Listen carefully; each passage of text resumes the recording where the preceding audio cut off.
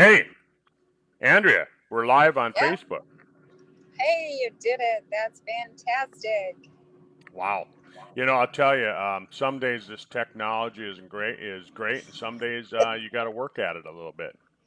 Challenging, isn't it? It is. So, um, everyone, Andrea's driving right now, so she won't be on the screen with me. She is um, heading down the road, so Yep. going out your last summer vacation. Yeah, that's right. Good A for work you. vacation. A workcation. Workcation, yeah. Workcation. Well, hey Andrea, I've been reading a lot on my research articles and scientific newsletters, and they're spending a lot of time talking about immune system, and specifically, they've been talking about how the immune system is related to aging. Yeah, really. What was the article you read? Well, there's been a couple of articles that I've read. Let me bring one up here Okay. that I thought was interesting. So age and this is in frontiers in immunology, so it's not some fly by night type of article written in some ladies home journal or something like that. Right. It's age and age related diseases, role of inflammation and cytokines. So it's an article that they're reviewing from April 9th of 2018, which is interesting. But they talk about cytokines, right? We've heard a lot about cytokine storm in the Yep. last 6 or so months, haven't we? Yeah, we learned a few terms that nobody knew before. That Nobody maybe knew you. them or they didn't pay attention to them, right? Right, right. Yeah. So So here's what it says. This is the first opening sentence. It says cytokine dysregulation is believed to play a key role in the remodeling of the immune system at older age, with evidence pointing to an inability to find control systemic inflammation, which seems to be a marker of unsuccessful aging. Ah, systemic inflammation. We've talked about that a lot. Yep. So they've come up with a term they call inflammaging, not inflammation, inflammaging, combining Like kind of inflammation and aging. kind of like mixing two dogs together and coming up with a new breed. Cat dog. Yeah. Right. But, so I thought this was interesting. You and I talk about it quite a bit, how, inflammation is one of the key components of a lot of almost every chronic disease. And they go on to say the same thing. They say every chronic disease, age related diseases, atherosclerosis, which is hardening of the arteries, diabetes, which is uncontrolled blood sugar, Alzheimer's disease, which is they're calling some research say it's type 3 diabetes, but it's when and the memory doesn't work quite as well. Rheumatoid arthritis is when your immune system starts to attack your own joints and destroy them. Cancer, where your cells just go out of control and dividing, and aging in itself. Isn't that interesting? So, It inflammation. goes right back to the basics. Exposure to toxins, not getting enough nutrition, not not getting enough of the right nutrition. Yeah, that's it. Creates this inflammation and decay and degeneration. So, You bet. Do you have your window open? Maybe you could close your window. It what might else does might it get better. say? Huh? Well, I have two ladders sticking out of the back of my car. Oh, okay. That's why the wind noise is there. So I was You just can mute gonna. me. No, I was just gonna say that when you take a look at inflammation, they're saying that it's so bad. But really, inflammation is the normal part of healing. We don't want to get rid of inflammation completely because it's how our body deals with injury and infection and cancer and everything else. It's just that when it gets out of control, that's when it becomes damaging and destructive, Yep. you know? And so we've seen a lot, I mean, recently, probably in the last year, we've seen a lot about senescence as well, right? I mean, did you really pay much attention to the word senescence I had prior never to, even heard of it. yeah, prior to last summer, about a year ago? Most people had never even heard about it. A lot of people still haven't heard about it.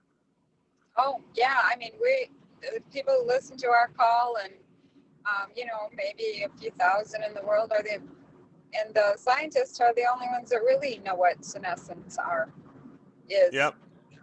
Yeah. So when I read that article that I read, I guess it was almost 2 years ago, on when Mayo Clinic said that they were going to become the top anti-aging clinic in the world. It caught my attention. I thought, well, what are they going to do? And as I paid attention to what they were working with, they were working with senescent cells, and and basically their research evolved around using a type of a chemo drug that's used for leukemia. It's called dasatinib, and they're combining it with quercetin, which is a natural product. And they found that with a combination of these two things, they could eliminate senescent cells from the body. Yeah.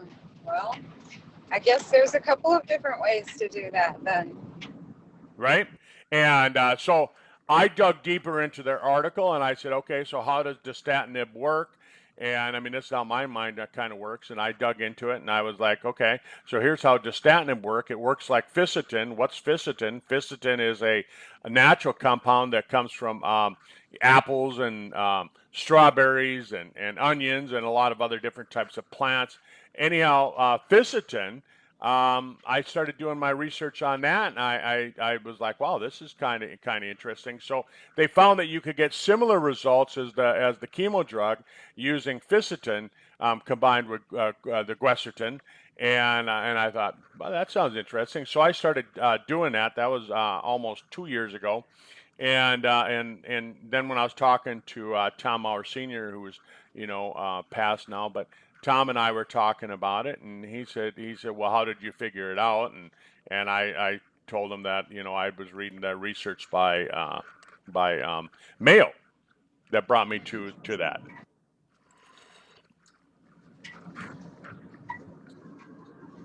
Interesting, huh? But Yeah. so this morning, then I was reading an article, and they said that you can reduce blood sugar levels. You can increase the response of insulin in the body, the insulin sensitivity. You can reduce heart muscle damage. You can improve kidney function. All these different things. I mean, there's just a whole list of different things that you could do if you could remove the senescent cells from the body. Because they're all contributors to that stuff, right? That's right. And so a lot of people ask, they say, well, what are senescent cells? And senescent cells, basically, I'm gonna sum it up real short for you. Is that senescent cells are cells that they've reached the end of their lifetime. They can't divide anymore. If they continue to divide, they're going to pass on the wrong information to future cells. And the immune system is supposed to be able to get rid of these damaged senescent cells, but what happens is that your immune system basically gets overworked, and Wow. and over time, over time, you don't have enough of the right kind of cells that remove the senescent cells, and you can also have immune cells that go into senescence as well, and they increase with age, they accumulate, and they cause problems. So I guess, the new discovery is that they're quite a contributor to overall inflammation and decay. That's right. So if you're looking at this article that I have here on my screen, I know you aren't, Andrea, because you're driving your car. I hope you're not trying to read while you're driving. I'm looking. No, I'm kidding. Watch over that truck. No. But, so the inflammatory process is really damaging. It can cause problems. And so over time, they find that it will cause even more problems. And so this article goes on. If you read here, you see down toward the, I'll put it in the middle of the screen, 5-LOX, LOX. You'll see icosapentaenoic acid and doxohexazonic acid, and what are those? And a lot of people will ask that. Well, the 5-LOX, what that is um, that's an ingredient that they found reduces inflammation and helps the body. We actually use 5-LOX ingredients, plant extracts in our product Renovator, because Okay. they found that it helps out with inflammation, and that's a key component of joint destruction. And so we use 5-LOX type of products in our Renovator product. And then of course the EPA and the DHA, the icosapentaenoic acid and the doxohexanoic acid, that's fish oil. Oh, okay. Yeah. So, and then they talk about specialized um, pro-inflammatory mediators, right? So basically, what those are is those are natural ingredients that they found that help get rid of inflammation, and those are found in fish oils as well. And so they go on to say that it doesn't compromise the body's immune system. It actually helps. And they found that these specialized pro-inflammatory mediators promoted neuronal survival in patients that had Alzheimer's, and helped with the beta amyloids and all these other things. So, so this article goes on and on and on. It talks about redox molecules, which, we know are hydrogen, works with that. It talks about nicotinamide adenine dinucleotide phosphate, Do right? we know about that? We sure do. What product is that? H-pill. AIDS pill, right? Yeah. So they find that if you can improve the levels of NAD, you can help the immune system. It talks a little bit about autophagy and aging, and autophagy. That was one of the key things that they discovered with pulsed electromagnetic field therapy. Um, so when I started using that, I started hearing about this autophagy. Dr. Oz talked about that on one of his calls, how it helps with that. But it goes on, talks about all these different things, and so there it talks about senescent cells. I know you can't read the article, but you know, senescence is triggered by telomere attrition, right? And we've heard about telomeres. Yes, for sure. Yeah. The telomeres, it's the part of the cell that determines the longevity of the cell, the amount of times that a cell can divide. And so in 2009, the Nobel Prize was given to a group of scientists because they discovered that certain plant extracts could actually improve and support the telomere system of the body. And we can't make any medical claims or anything like that, but our product TSX was formulated to help support the telomeres using astragalus and bacopa. Yep. So, and then here's one that I just started hearing about yesterday. It's called inflammasome, NLRP3. What's that? Right? So that involves the interleukin and then natural killer cells, and really what they found is that in the immune system, your body has these pro-inflammatory molecules, and they discovered that there's certain things that can reduce that. And a drug company over in England just sold to another drug company because of their discovery and their research that involved making a drug that helped reduce this.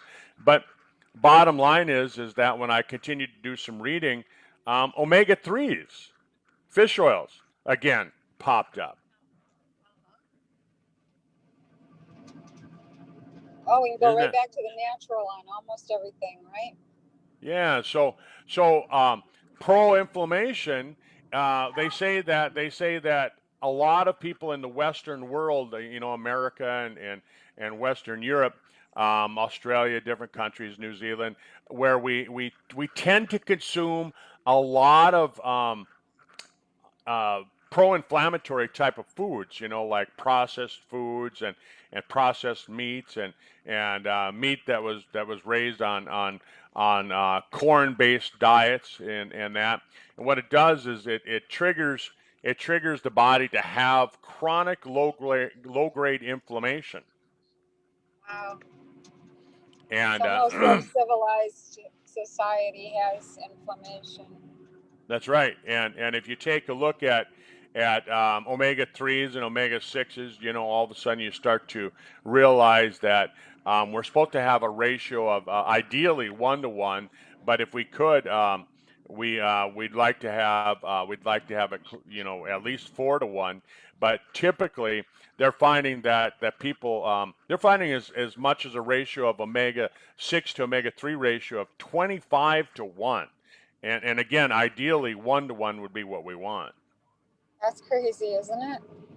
Yeah, yeah. So, So, can you take a minute here and kind of explain the difference between omega 6 and omega 3 for those who are listening? So, well, they have a yeah. So, starting point, a, what? a starting point to try to balance that out.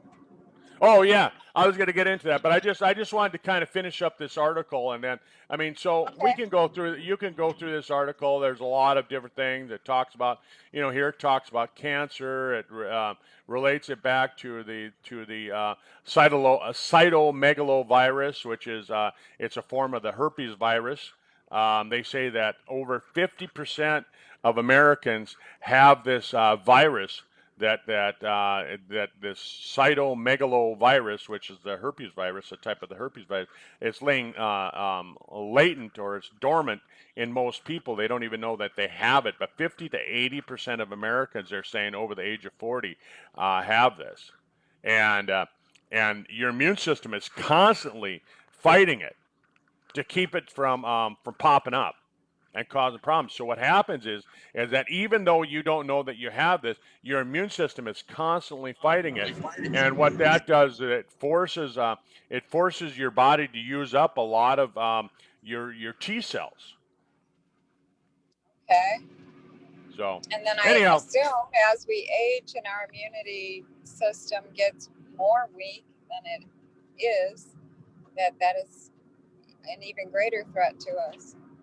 that's exactly it. So that's kind of why we're starting to see a lot of research on this, because right now, of course, you know, um, we're really worried about people who are immunocompromised because of this coronavirus, right? They're finding that anybody that has a immunocompromised system is tending to have worse problems, maybe even death, because of the C19 virus.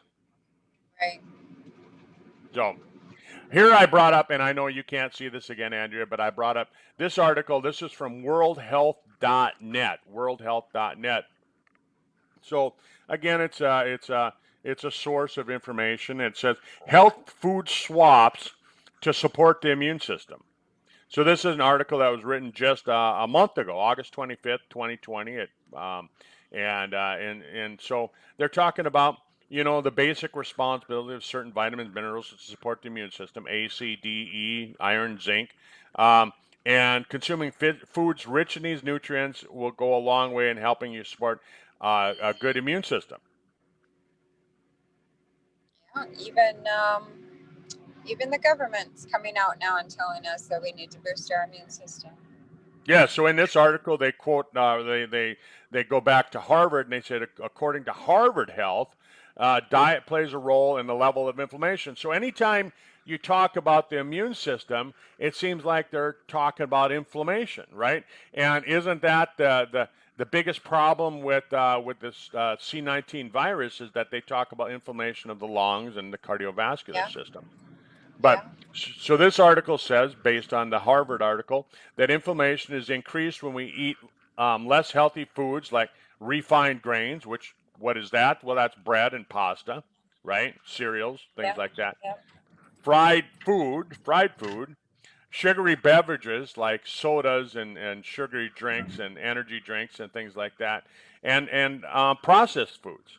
And they say that healthy choices can help reduce this. This would be like your fruits, your vegetables, your nuts, your olive oil, and your fatty fish. And really not getting enough water. Also, they say that too. But so they go on to say that they're talking about foods that contain a lot of salt, because salt impairs the neutrophil ability to kill off bacteria in the body.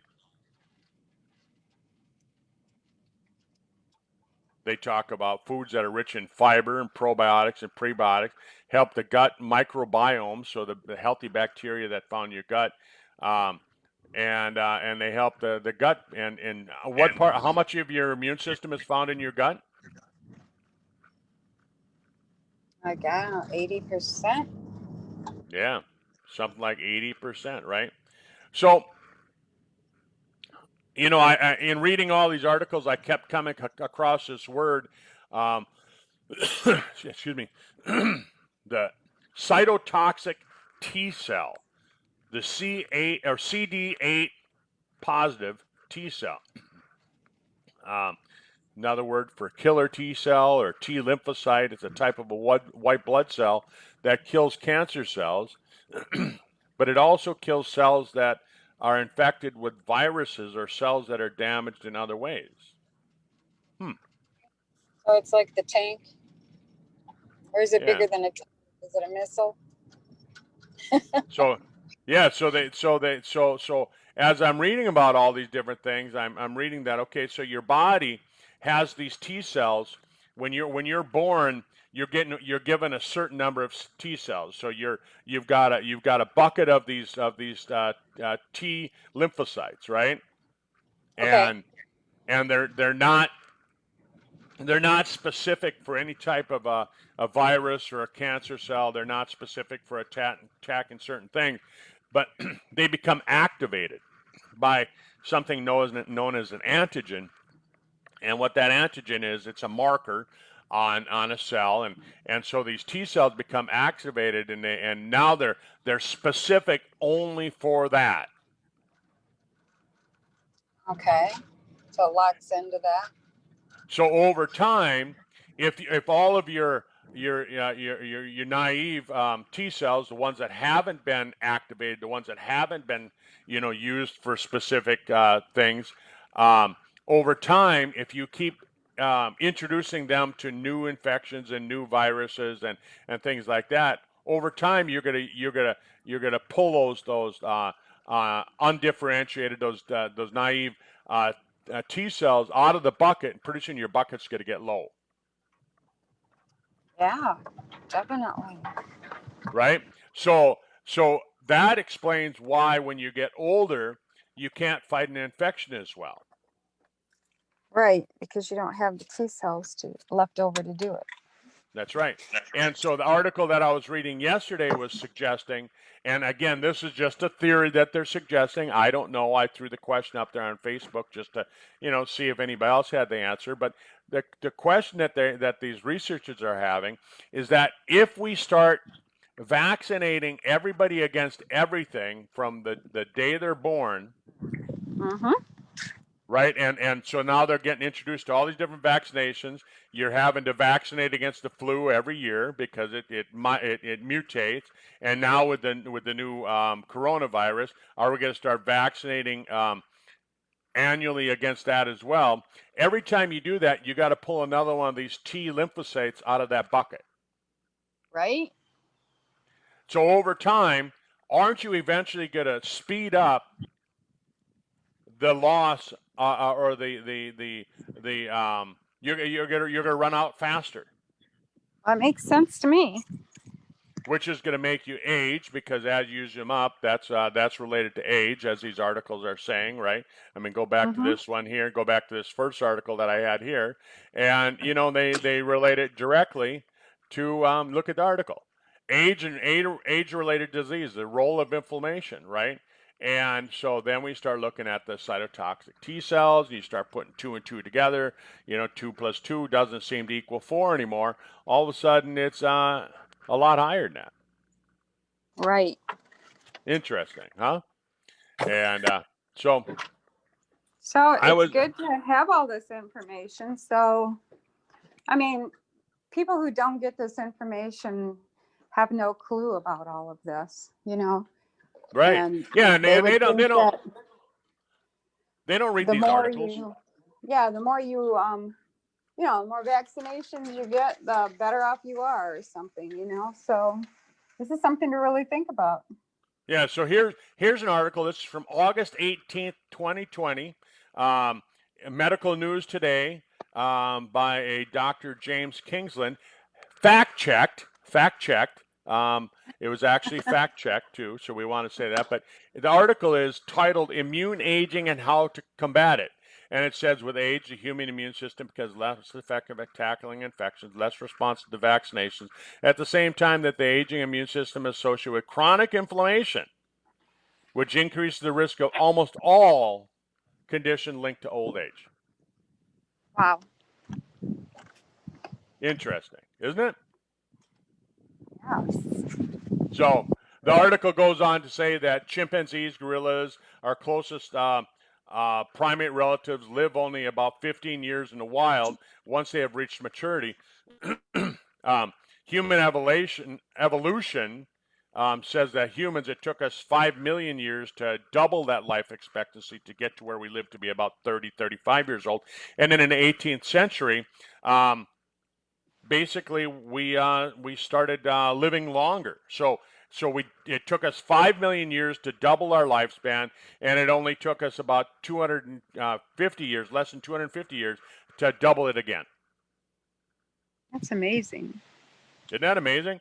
And Yeah. so so we're living in an evolutionary history where we have long life expectancies, um, and but we're having decreased immunity, and we have these two different kinds of immune system. We have the innate immunity. It's just one that fights it as it's introduced to you. So if I get in contact with somebody who's got a cold, my body fights it right then and there. And then you have the adaptive immunity, which has the double whammy they're calling the immunosenescence, right? So you see how all these things that we've been talking about over the last couple of years is all of a sudden being linked together into one article. How about that? Yeah. So anyhow, that's what I wanted to share. I'll stop the share there. Andrea, I find this stuff interesting. I sit here every day, and my mornings I'm answering phone calls and reading and trying to relate everything to what I'm doing, um, to reinforce not just the fact that um, to reinforce that what I'm doing is right, but to maybe find some sense in it all so that I can come back to people like yourself and I can say, hey, Andrea, here's what all of you need to be doing as well. Doesn't that make sense? Right. And that's why we do the call, basically, To to pass on help this people. information. Yeah. Sharing Yeah. information. That's what we do. So based on that article, and again, on the articles that I just showed you, the scientific articles, and they're from peer-reviewed medical journals. It's not some fly-by-night, hokey pokey type of magazine. Mm-hmm. It's real peer reviewed. I mean, I mean, they're even fact checking the articles now, right? So, I mean, whatever that means, I mean, good, bad, who knows who the fact checkers are. But bottom line is, I can't make any medical claims about our products. We're not a research lab in that way. Like, we don't go out and gather up, 1,000 people to join a research project, and we don't do double blind studies, and we don't spend millions of dollars to do the research. We basically take that research that's out there, Mm-hmm. and we research the research, and we say, okay, so there's tons of information that says that this works. And then what our company does is we take that research then and we formulate nutritional products based In our on their full lab. In based on our on yeah, but in our full lab, because we do have a full lab. yep, with 20 plus research scientists there, and we put these things together. We formulate these products based on the information, Hmm. and crazy.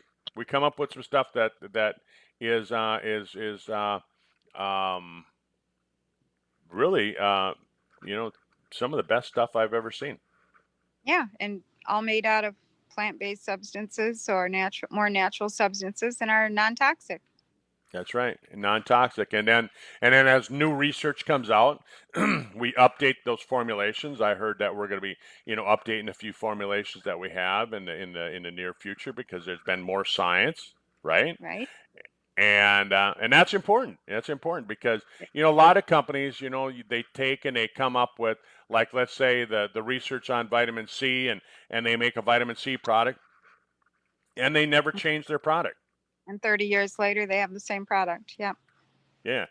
And so we're constantly upgrading our products. I remember Tom Senior telling me that if you don't upgrade a product at least every 5 years, that you're making an obsolete product, an obsolete Yep. formulation. So Dinosaurs. Yep. dinosaur products, yeah. And Hmm. so I appreciate the fact that our company does that. So let's end this conversation by really, again, by saying, we don't do the research on our products. We can't, therefore we can't make medical claims. All we can say is that the formulations are based on real research on the ingredients that we put in there, and then we put therapeutic doses based on that research. And and so when you read all these articles that I've been reading, number one, they say that you want to balance out the chronic inflammation, chronic low grade inflammation, Hmm. based on what you and I have taught everyone. You do that using omega 3s. Omega Right. 3s balance out the omega 6s. So you want to get your ratio closer to that 1-to-1 level. I mean, ideally 1-to-1, but let's say you can get it at least down from where you are right now, and chances are your levels are really high. Um, we want to get that down. So omega 3s, you can get that. We have a great product. It's called Super Omega Plus. It actually has a CoQ10 in it as well. But where else can you get omega 3s, Andrea? Well, you get those from fish, Fish, olive oil, olive oil. What about avocado? What is that? avocados. Yep. Nuts. Nuts. Yep. Hmm. Um, and so that's what you want to do. And so I was reading an article this morning, and they said that if you could take and you could have fish 2 to 3 times a week, oily fish, oily fish. Hmm. You know, I was talking to my mom. My mom is 81 years old, and mom was telling me that back when she was a kid, they'd always take a spoonful of cod liver oil, Yeah. Yuck. right? And that's exactly what she said. My mom said the same thing, and and she said, "Oh, ick," but they did it, right? And so maybe we need to go back to some of the old ways of doing that. I'll definitely need to go back to natural things to balance that all out. Yep.